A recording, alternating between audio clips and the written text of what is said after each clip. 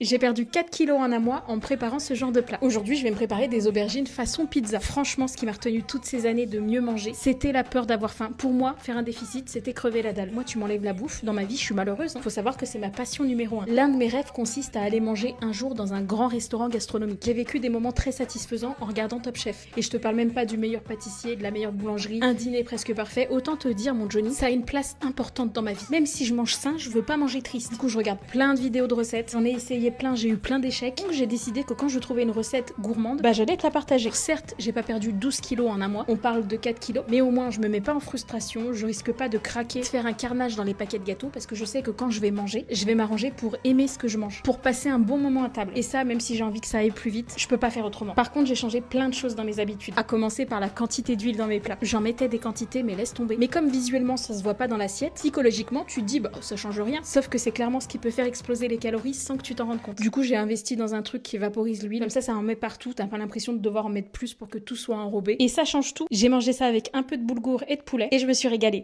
Allez, bon appétit!